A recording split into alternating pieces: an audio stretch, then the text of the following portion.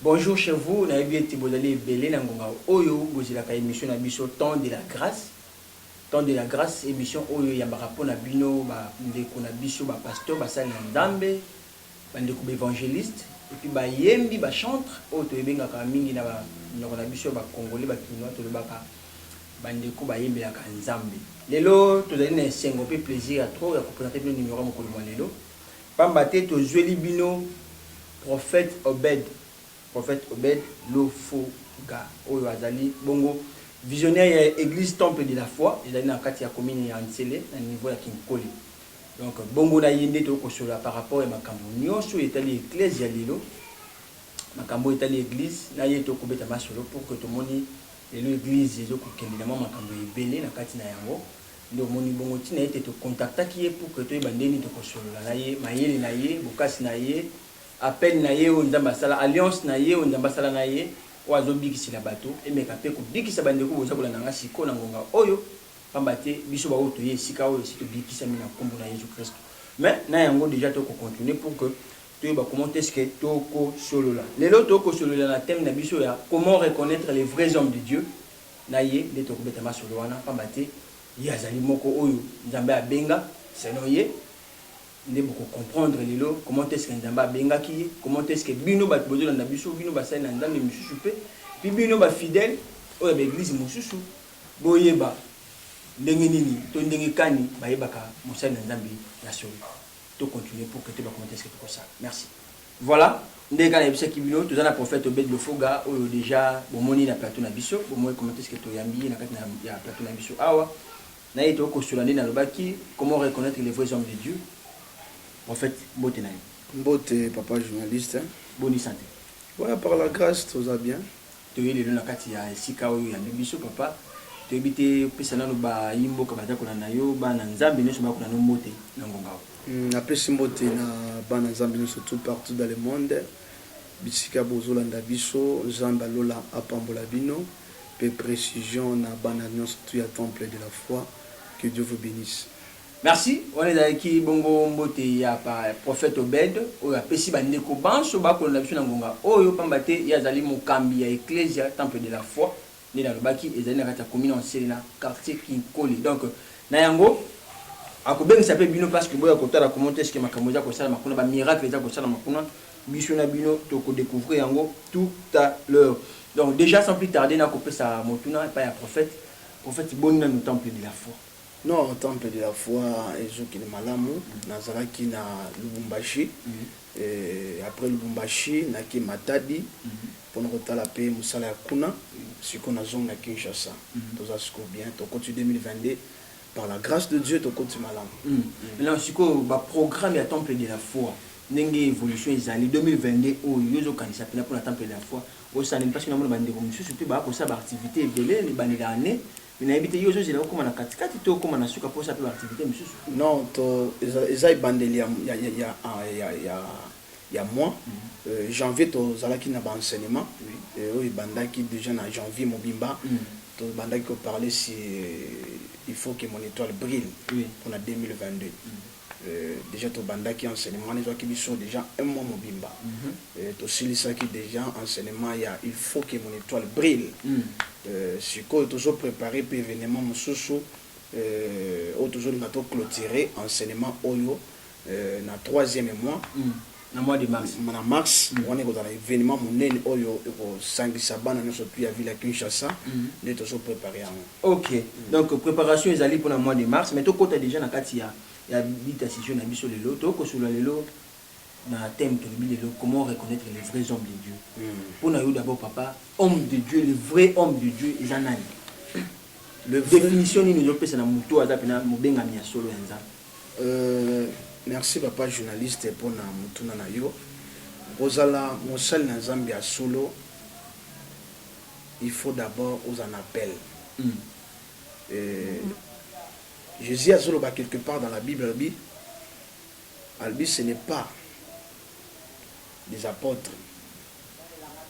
On dit baponaki Yesu nda ponaki. Amen. Ce qui mutazolo ba que je suis serviteur de Dieu. Ça veut dire que vous êtes serviteur ya mutute. Oui, vous êtes serviteur en Zambie. il faut que nzambe ye moko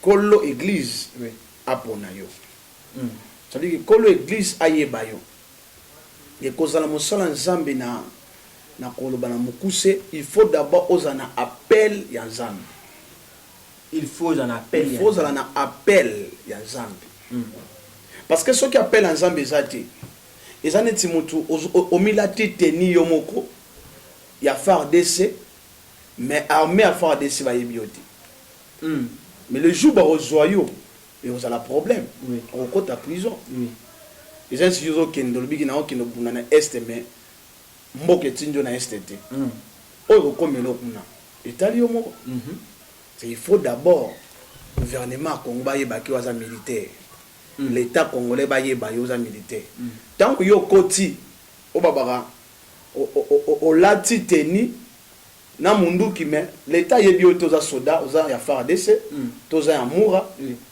le jour ba rozoyo oza na problème grave ça veut dire que kozala mosali ya nzambe il faut lola yeba yo il faut nzamba yeba yo parce que so nzamba yebi oti siko tina ni oza mosala nzambe il faut un appel à nzambe.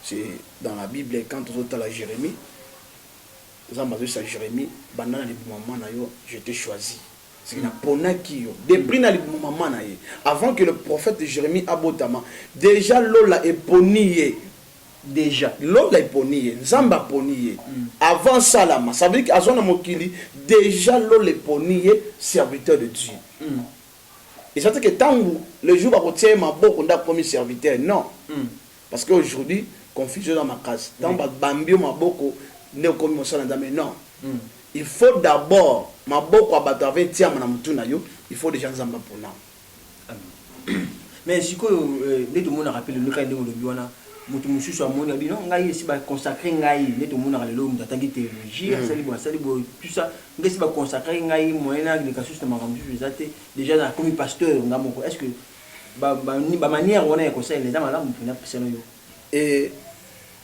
kotia maboko et comme ça mutu musala nzambe ti wana ezala la confirmation oh lole sali ça veut dire que avant batu batia maboko il faut d'abord lola et ponayo ayebi si Jérémie albi bana le bon moment na yo je t'ai choisi na ponaki yo comme prophète ce n'est pas que batune batie maboko comme si prophète non zambe nda poniye bana le bon moment na ye comme prophète et tant et pas ya batu c'est la confirmation oh lole salaki bakoki ko ya ba archbishop bakoya ba archevêque bakoki ya ba tandio maboko mais ce que on appelle pas nzambe te bizarre distraction théologie ezo pesa mutu ministère te théologie pesa mutu ministère te mutu pesa ka ministère c'est Dieu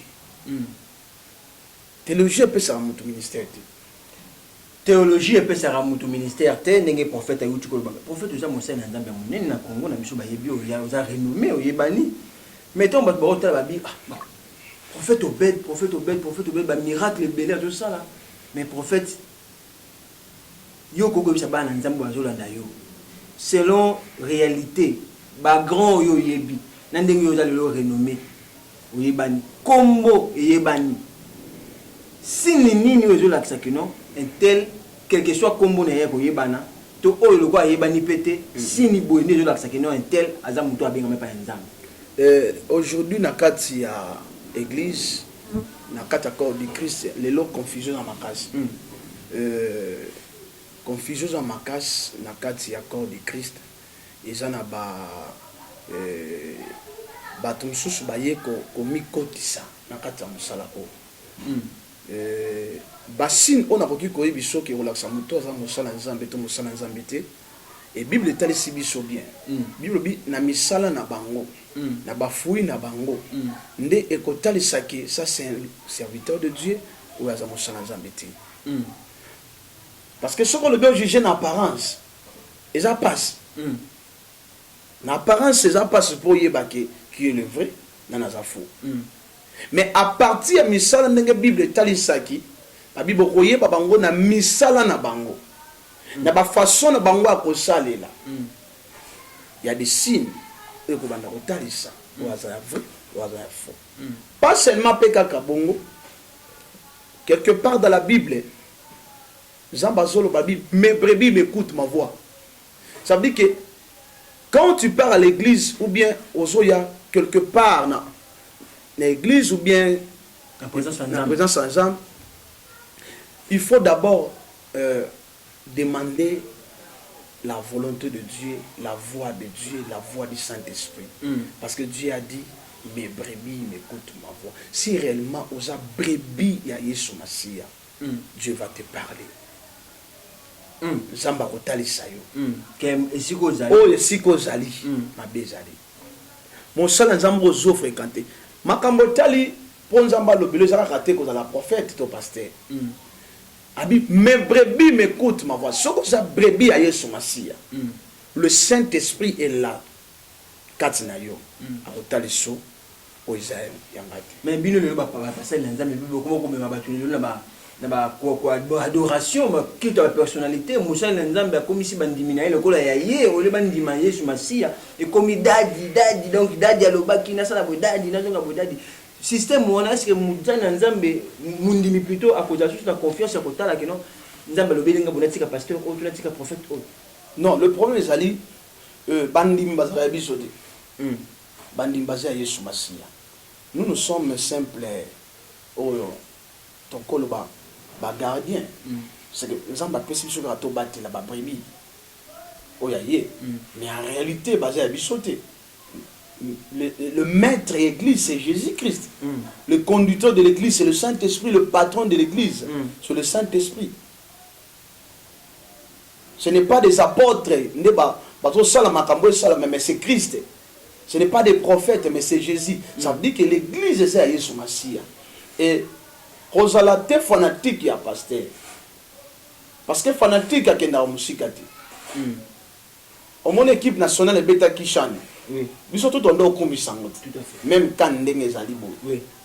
Pays na payer zo kombi équipe na bango. Mais tant coupe rozoama.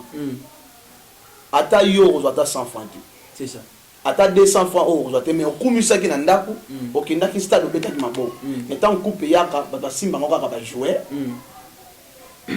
Na ba coach ne ba même ba coupe wana mais yo fanatique on je le redis oui ça veut dire que Dieu a besoin pas de fanatiques nzamba na posa ba fanatique pour fanatique au suka na nzela nzamba za na posa bat oyo baza na kati ya jeu comme des joueurs tu crois en Jésus-Christ aux ça là c'est que Dieu a dit c'est que la Bible dit pour ça là c'est que le pasteur dit est-ce ma comme pasteur so biso ça biblique.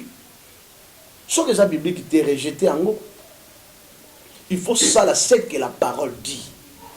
Mais le lot, ça n'a pas belé, il y a un qui va na comme ko sala ki bandimi baza na se na bango le ki bandimi baza na contact na Nzambe moko. Monte que kokata lien wana entre connexion entre Nzambe na basali na ba bandimi za bino ba pasteur ni bokati bole kana pa na ngai parce que ngai ne na zwana. Non, le problème est sali bandimi kozala na contact avec le pasteur ce n'est pas mauvais parce que ça berger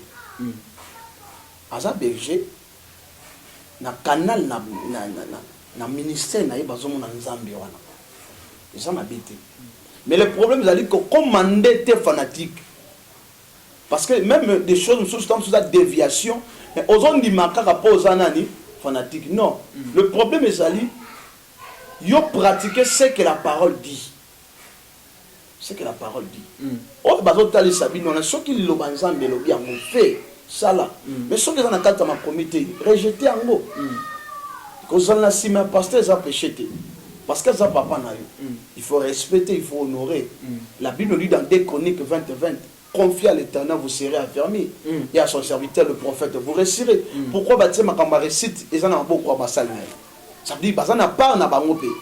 Na vie bana nzambe c'est ça ça veut dire que bazana part na bango parce que Bible dit confiez à l'Éternel vous serez affermis et à son serviteur le prophète vous réussirez ça veut dire que récite quelque part il y a bana nzambe pe et ça c'est là ba sal na wana ça m'a bêté oui parce que et ça peut manquer il y a barrière aux sala que même mboka na biso pe et bénéficier makambo belé et ça peut manquer à considération à la salle. Comment ça il le connaît le pasteur c'est très profond parce que ngana yebi lelo église de réveil dans un niveau moko munene liboso likolo moko na biso parce que l'église de réveil ndé batie lelo président Seni en place parce que justement yobi que considération te basé na nzambe place on ngoko ma place est-ce place batie que église de réveil bazali tout le pasteur a bénéficié ou bien ça quelques têtes mais les organisations na bino basé na nzambe non quand ils ont tourné est-ce tout le pasteur lelo batie le numéro 1 église de réveil pasteur de Dokamba le pasteur de Dokamba. Est-ce tout le pasteur il y a Congo, Bisika Bazali, est-ce vraiment bateau bazan na tête église de réveil? Est-ce bazo lobé la paix pour na pasteur au bazan na basé na fond? Dans notre pays de pasteur bazar respecté. Sur aucun pays moussous, aux hommes na respect à ba pasteur. Je signale que pasteur yo tambole mingi uti ba Sénégal uti ba Turquie uti ba États-Unis pe okomaki na niveau ya Afrique du Sud ba pasteur kuna bazar respecté na ba pays auto tambola ba pasteur bazar respecté. Il y a des pays même mboka na bango et soutenir ka ba ministère ba église ba pays ezebele oyo gouvernement zo soutenir ba pasteur mais pas na biso au contraire. Et puis, on a vu que même pasteur, bazo kangaye, bazo benda pasteur, na policier, bazo tombe la pasteur likolo. Mais le pays monsieur ça la maraté. Et puis, on a vu que pasteur a zéro côté. Genre la différence il y a sango a un problème, pasteur a un problème. Nous devons comprendre que nous avons un respect. Mais mingi peut être bino mo basali nzambe parce que tango bi basango basala kama kampe ma bebele mais na kati ya moi secret na bango na moi kata kundulu pe ndeto lobaka mais bino basala nzambe réveil sio kama le kambo sala mibo directement na ba toile tout monde ba sex tape sala maki awo ite ko le dernièrement wa ba sex tape ba pasteur basala nzambe bele tout monde ki awo mais surtout na soni wana est-ce que bozo croire vraiment que non l'état na biso ko considérer bino est-ce que ba pays non surtout wana auto lobby wana ma be ça ma train ba passer na bango na domaine nyonso il y a des vrais il y a des faux. Et le but de ceux qui bêtisent salami, ça veut dire que tout le pasteur n'est pas tout la bêtise. N'a pas beaucoup de bêtises au salam. Mais baza toujours n'a pas respecté. Yo nimi qui n'a pas États-Unis, n'a pas aux États-Unis, bané baza na bemi. Beaucoup na baleki. Parce que dans accès monsieur na États-Unis à na Congo comité.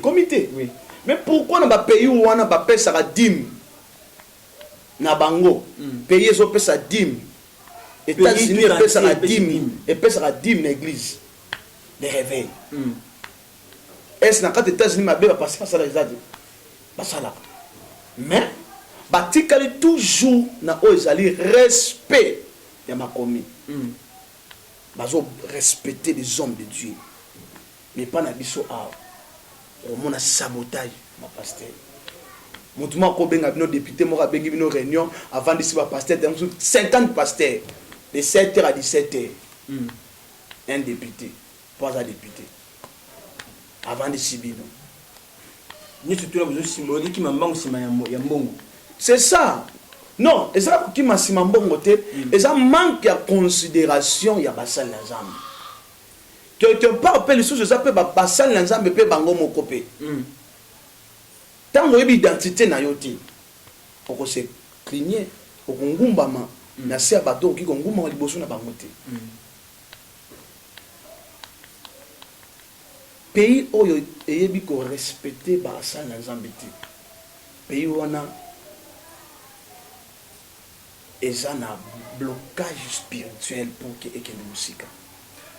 Pays où il faut respecter basal l'ensemble na bangote, il y a un blocage spirituel, un blocage makasi, mais il y a encore ko signaler au papa a watote comme na ça fait le 2 ans déjà. Mokonzamboka akabaki Congo na biso na maboko ya Nzambe. Pour le geste, on a un chef d'État qui aujourd'hui on est État qui est prophète. Non, na geste notre président Salaki, il a geste prophétique. Kobonza Mboka, il faut encourager notre président, le président Fachi. Parce que tout geste dans le monde spirituel, ça, ils ont compté. Tout geste, le plan prophétique. Et ça geste monnaie. Azumbo kabonzi yango na epa ya Nzambe. Mais le président Mobutu quand azalaki na reine, na pouvoir na ye, le président Mobutu aloba s'il s'agit Nasani. Na bonzambo quand même pas diable, na ça l'alliance avec le diable pour na Congo et Kabonati na ko sala ngo. Mais tout ce que Hollanda, oui, ni wana le président Mobutu. Oui. Ça veut dire que ba ko na maloba. Mais ça qui déjà maloba ça pouvoir. Surtout mi pas mon konzambo. Mi pas mon konzambo. Abisoke sengel même na ça l'alliance avec le diable na ko sala. On a toraki na maloba. Mais na secret. À ça qui doit sala kiti. Point d'interrogation. Mais toyo mon alelo n'époque ya fachi il y a bonzimbo kana maboko nzambe. Ça veut dire RDC zalaki na molili na se. Même biso les relations avec Israël zalaki sous-souté. Oui. Na plan nyonso et dans la place spirituelle parce que même dans la Bible dit Zambalobi on a commodire Israël. Zamba osani. Commodire. So RDC biso to kataki alliance avec Israël. Mais le président Félix a dit si alliance wana. La place spirituelle, ça la force à ma casse. Et batu nde bazo comprendre était tant autocommis, bazo comprendre était mon konzamboka otozana ye. Bazo talika na face moko. Face A. Mais face B bazo tala été. Est-ce que selon vous, Pina Papa étant que prophète, Moussel Nanzambi le prophète de la nation, vraiment, osons croire que le lobby Congo va changer? Congo va changer au nom de Jésus, Congo va changer, tous on dit tout ça déjà n'a pas yako, qui est déjà na malam. Le président Félix a bombisambo kana 100%. Mais le président Félix a dans le coup la tracteur, où ils ont panzanzila. Ils ont fait sa lumière moko pour na bateau ba kona sima. Le président Zolo Bango a joué 2 mandats na ye. Et tant que Yodo Bango voilà prophétie na Zolo ba comme un prophète a collé kana 2e mandat na facilité. Mais a comme tika mboka na place moko boy. C'est alongola ki azui biso na 1 a rotika biso na 3. Moto akoya bala moko ameli vitesse ya mboka. Wana prophétie mo na Zolo ba comme prophète. Mandat a kozwa 2e mandat na facilité. Pe na ba point ya likolo makasi. Après ce que celui-ci 2 mandats na ye a kotika ngo na pete na sa masas, lisasa obeta te, mobule obeta te. Mutu o akoya a kozwa mboka na niveau o ya tiki po amema Congo na vitesse. Donc ça dit départ à chef de l'état ko quitter na pouvoir go de la accès pour le Congo et côté la place où nous avons bâti. Ok. Mais dans le baki yango na baki yango na quand le président Joseph Ngalo nabi massa c'est Robert Tate ni massa c'est Robert Makile Rotanga. Oui oui. Dans le baki yango tukali bosso. Oui. Massa c'est tangité président Félix Akote. Ndenge moko pe akosala 2 mandats na ye na facilité na ba point likolo. Soka si 2 mandats na ye akotika ngo na pété muto akozwa ngo ni lisasi ni eloko moko. Eza nzambe nde mutu apesi biso président otozana ye. Aza lokola Moïse. Mais akokota biso na Kanade. Kaneza mutu mususu. O akoya. Mais yaza Moïse pa bimisa RDC na kata libulu. Mais Josué akoya pa kota biso na Kana. Voilà prophétie monene oyo prophète Obed apesi na niveau ya chef de l'état na Félix Antoine Tshisekedi Tshilombo alobi ete mwana mboka kosala pe mandat na ya mibale mais kotika na pouvoir akotika yango na kimia nyonso surtout muto akokota ye mboka benge Josué comme Moïse atikaki bato na ye pa ya Josué. Donc chef de l'état na biso lelo akotika pe bato na ye pa ya Josué oyo akokotisa mboka na biso na kati ya Kana esika wapi nzambe a tinda Congo et Koma. Donc voilà déjà donc zonga na ye pour que tout meka continuer sur ma solo tu vas commenter est-ce que makambo belo esengami to solo loto ko solo na tout ça kana prophète Obed to ko solo na ye mais papa to luto yi balelo est-ce que ba prodige ba miracle o ça la makalelo na temple de Dieu partout dans l'église surtout na Congo na monde partout ailleurs est-ce que ni so tu zaka ya nzambe to ba faux pasteur to ba faux prophète pe ba ko ça ba miracle na kombo ya Yesu Masiya. Il y a des vrais miracles, il y a des faux miracles. Mais bis to zate po to lobela ba faux miracle. Bis to lobela le vrai miracle. Et Moïse a pratiqué le surnaturel devant Pharaon. Pharaon n'a pas pratiqué le surnaturel. Mais le surnaturel, est Talisaki, est authentique, est Moïse. Moïse a séparé maille deux parties. Jusqu'à aujourd'hui, magicien est encore salam, Azati. Tu vois, je suis à Télémissi Moïse et Télémi. Magicien est oh, banda, mon qui banda à Télémissi Moïse jusqu'aujourd'hui, Azati. Il faut croire le surnaturel de Dieu est vrai. Jusqu'aujourd'hui, nous avons salam na batunaye. Asana papa Idina Bala, Asana papa Idaous.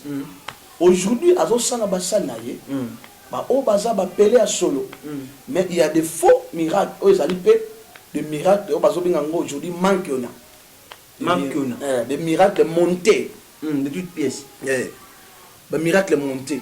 Ça veut dire que tant que ça, il y a des gens surtout dans la souka. Et l'autre, il y a des gens dans la souka. Mutu oyo nzamba zo salela ye, ce n'est pas yene ko senga ki ba miracle salam. Mais Nzambe a confirmé toujours ministère na ye par des signes et des prodiges. Yemoko lobi, je confirme ma parole par des signes et des prodiges. Parole union se zo bima na monoko Nzambe. C'est le miracle. Bible mobimba, de Genèse Apocalypse, c'est le miracle. Et donc, que jamais qu'on douter pour un miracle. Toujours croire toujours que Dieu opère. Zamba salam. Yango zonga temple de la foi, mutaye na liboma, abaye na liboma, ini samen liboma esili.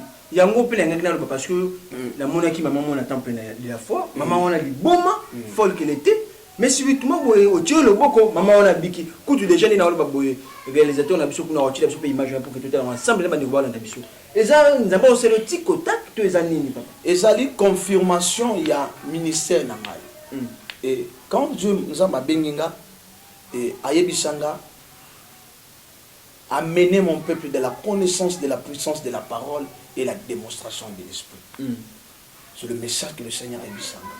Amener mon peuple de la connaissance, de la puissance de la parole et la démonstration de l'esprit.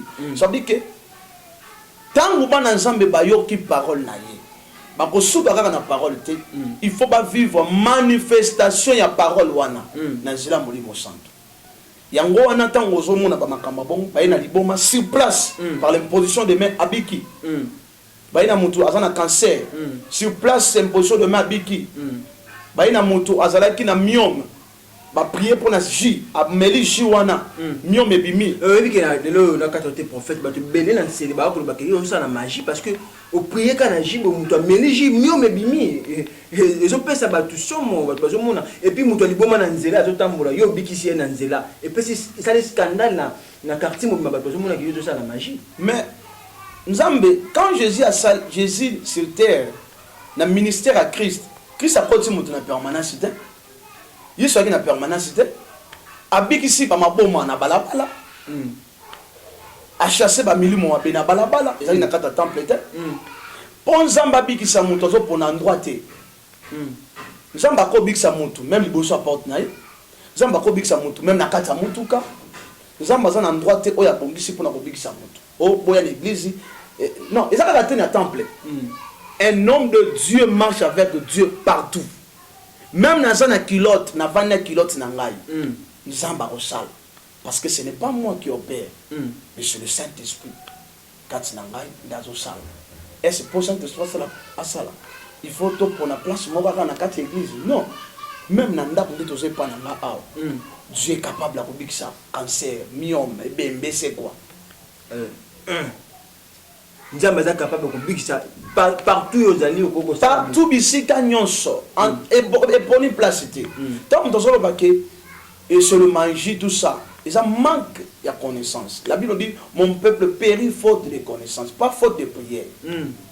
Ozon dit maké nganga kisi ou bien ndoki azui lip azui bombo a envoûté ango apesi mutu allié ou bien apesi mwana babenga ngo aleki ndoki mwana aleki ndoki ona ndo ndimi basombi bombo basombi lipa basombi mikate ekomi musunya mutu bapesi babenga ngo kindoki ona ndimi mais soki ko salama na basal na Nzambe o bazali loin de Dieu bolubi za kisi on les a manque Il y a connaissance. Parce que lui-même, le maître sur terre, Jésus a fait beaucoup de miracles. Oh, même la Bible, bâtir surtout, parce que moi, parti bâtir. Au moins, il a choqué. Parmi batu oyo bazo ko créer ba débat. Ils ont toujours dans l'ensemble les serviteurs de Dieu. Un ouin ne fait pas de débat. Ouin seul a débatté. Ouin a démontré que c'est comme Élie, à mon aventure sur les canaux. Quand on va prophète à Baal, bazo dévier peuple ensemble. Il habite qui est dans montagne, dans Ngomba, dans Mont Carmel. Totalisa, bisona bino banen bazana nzamba solo.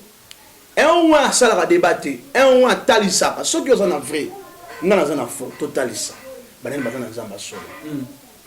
Yango moni ba païen bazo bénéficier makambo mingi aye liboso nzamba bénéficier parce que ba païen wana azo yana na fuamba la moko mais ba chrétien azo na incrédulité moya vivre zate yango moni ministère à Jésus a se révélé na ba païen. Amen. Quand Jésus a botami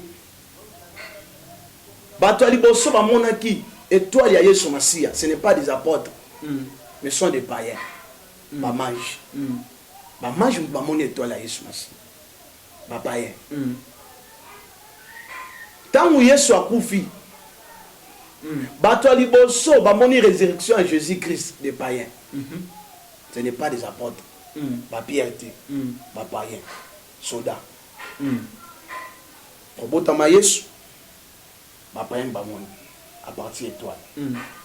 Résurrection Jésus-Christ. Bah tu peux bamoni bah païen soldat bamoni dans le bosso. Ça veut dire que ça n'a secret mon corps. Pourquoi ça m'a se révélé quelque part bah païen? Et ça n'a pas d'ensemble belé. Azam mon ensemble, il est chrétien, pasteur, mais incrédule na onze mazo sale. Donc pour la yé andi makate. Azon di maté. Mais Bible maboko. Col pastoral. Kozala Monsol Nzambe, ce n'est pas l'école pastorale. Kozala Monsol Nzambe, ce n'est pas des titres archibishop, archevêque, évêque. Non. Kozala Monsol Nzambe, il faut un appel authentique.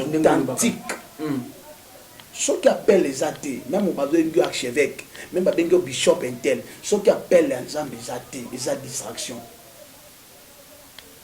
Il y a un moment où on appelle les athées. Pour combattre la vraie Élie de Dieu.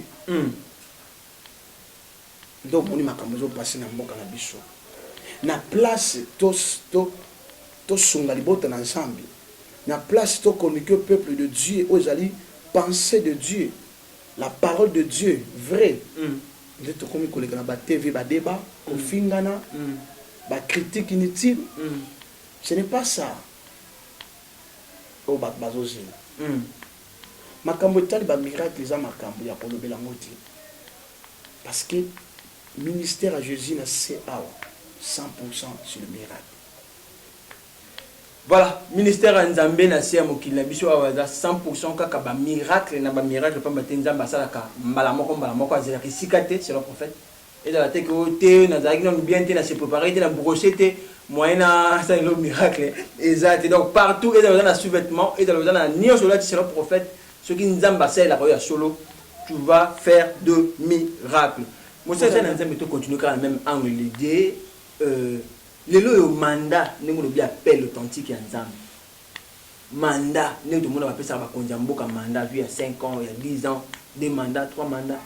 Est-ce que même structure où on a payé pas une ambassade dans Nzambe, Nzambe appelle ça un mandat, alors bien tel le ban à comme on a parce que tout le monde a le mot, je suis toujours ngai selon Nzambe, ngai boye boye. Est-ce que bonjour comme mandat en Nzambe, comment est-ce que bino ba sel Nzambe ba ke o azana mandat Nzambe? Pour ba ke mandat na biso na ba politiciens différents. Les politiciens posent un mandat à 5 ans, mandat à 10 ans. Mais Mosala Nzambe a un mandat à 50 et à 10 ans. Mandat Mosala Nzambe ils a 10 ans et 15 ans. Mandat ya Mosala Nzambe ils a sans limite. Ok. ti akokufa bakobengaka toujours serviteur de Dieu. Mais ceux qui ministre alongwe bakobenge ex ministre, ex président. Mosala nzambe ex azalaka te. Ti azokufa, il est toujours loin de Dieu. Loin de Dieu. Jusqu'à l'éternité, akozala toujours serviteur de Dieu. Et kolobake eloko ezotalisa mosala nzambe nalobaki banda na ebandeli. Moko pe basini ezotalisa que moto aza appel aza appel ya nzambe, il faut un message clair. Il faut un message clair aux nzambe apesi. Parce que tant que kuta na nzambe, il faut nzambe yebisa yo. Yango na confusion aujourd'hui. Nzamba bengi yo moza na message ni ntango kutana kina pesa ki message ni. Oya yo jour ba à chaque fois. Message ni na pesa parce que à partir de message na yo, nzamba ko accompagner na message na yo, oya messio. Tout à fait. Tu vois? Si aujourd'hui tout ça ba bengi copie coller. À l'internet, à ce point un message amener à Dieu. À ce point à Dieu, il y a ça na nyonso toto lokota. À partir du message na yo, ils ont dit ça déjà que moto aza ouais. Message na yo et qu'on a accompagné par des signes, des prodiges. Mais tant qu'on a un message été, quand on le na TV, on le na TV car on finga, on le na TV car on critique, est-ce il y a déjà un message na yo? Non. C'est la sanctification. L'obéla c'est la sanctification. Ce qui est parler c'est la prospérité. L'obéla c'est la prospérité. Mon toi sanctification, qu'on critique mon toi le message de la prospérité. Mon toi la prospérité, qu'on critique mon toi dans le message de la sanctification. Ça veut dire que mon toi a respecté le message de la mais aujourd'hui ils ont la confusion. C'est la sanctification, c'est la prospérité, non. Chacun a un message aux message aux nous surtout on a pour corps de Christ. Nous surtout les pour le corps de Christ. C'est ça qui est l'eau omona mundimi alingwe na église oyo akene église wana kuna kuna yemoko 50 église yemoko 50 pasteurs 30 pasteurs oyo atchaka maboko oyo amemaki bangomba oyo akendaka boye nyonso tu wana soko tunie nazoluka lobiko. Est-ce que esika mutu avandi na église na ye église na ye akoki kobika te na pasteur aza na ye soki alliance eza malamu selon yo alliance oyo mutu asali na nzambe okoko définir le premier ezali bandimi alelo différence c'est ça ma casse surtout dans l'église des réveils on a mon dimanche on a plus de 7 églises on a 18 églises on a pasteur ya kozwa dim on a pasteur wa tsaki maboko on a pasteur wa memaki na délivrance c'est confusion na kati ya monde spirituel il faut respecter des principes. Qu'on va dans l'église, c'est très nécessaire. Qu'on va dans l'église, c'est très nécessaire. Oui, ce n'est pas mauvais. Mais il faut y aller. Dieu travaille dans la vie à fonction de l'alliance du psychosali. Alliance de Sika église na yo samela. Sika église na yo zali. Et ce qu'on t'a dit que Abraham, après avoir kobengana Agar, abengani Agar na Ismaël. Bazalaki banana oya Abraham aboti, mais na mwasi mususu. Abengani bango na tongo azuli panama ya pesi bango. Et Agar na Ismaël baki ko se retrouver dans le désert. Et tant ba komi na kata désert, Agar a komi kolela. Et moi n'a pas commis coller. La Bible dit que Agar a vu Ismaël a déposé na sé. Agar a bandi ko kena kolela. Aki vendre quelque part dans quatre désert. Oui. Pendant que Agar a zolela, la Bible dit l'ange de l'Éternel apparaître pas à Agar a dit si Agar kolela té. zonga kene kolokota mwana yo parce que cet enfant là na kosala une grande nation. Wana nzamba zo yebisa. Nzamba yebisi Agar par rapport à mwana na ye oya tike na si.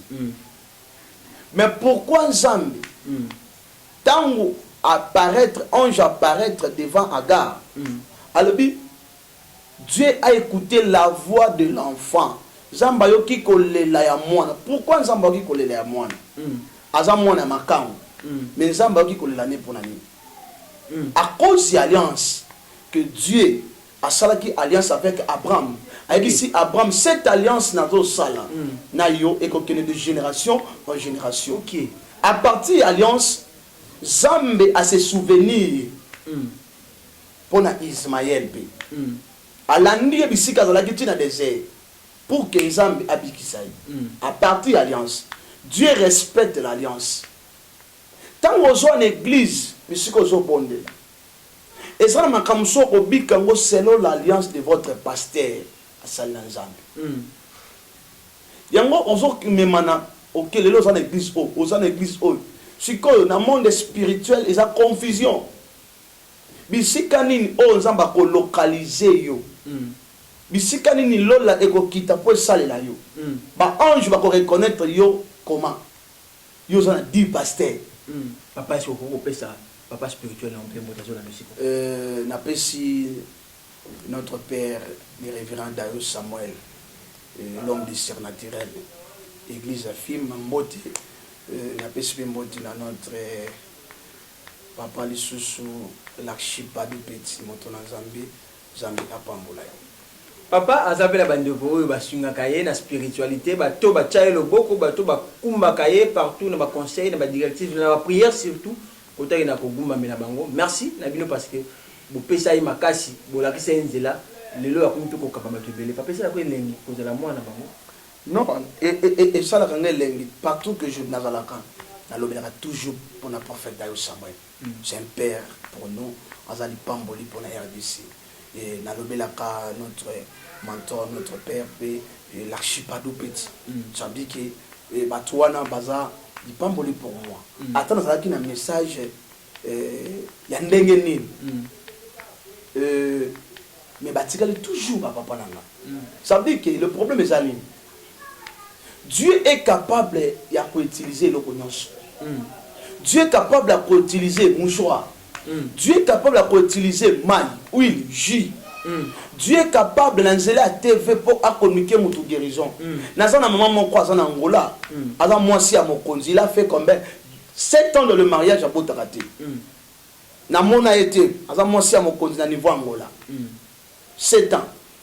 À la ligne dans l'émission à Beninga na téléphone. Je priais pour lui dans la maille. N'abi ce soir maille, j'ai prophétisé pour lui. N'a pas mon élo comment on entend na batia. Et le connaît zo boya que yo aussi ma moine. Na pesier na bi na zo mon élo comment on a sous forme le kola nyokankai. Ya mon elia ka ba semence na yo. Et je priais pour la maille dans la téléphone. Amélie maille wana. Après ala la boy ayo comment na et le comment ko e bi mié na sous forme le kola mutopi. A gangi. Mais après délivrance, maman a des lois 6 000 mois. 7 ans de mariage. Avant moi, je suis autorité en Angola. Natika là comment on a été. Mais à soutenir le ministère de la musique. Et ça n'a pas de niveau à Canada. Moussou, c'est là moi aussi à pasteur. Na niveau à Canada. Il y a France. Pasteur à côté qui va moussou à côté qui pour que à sacrifier banaye.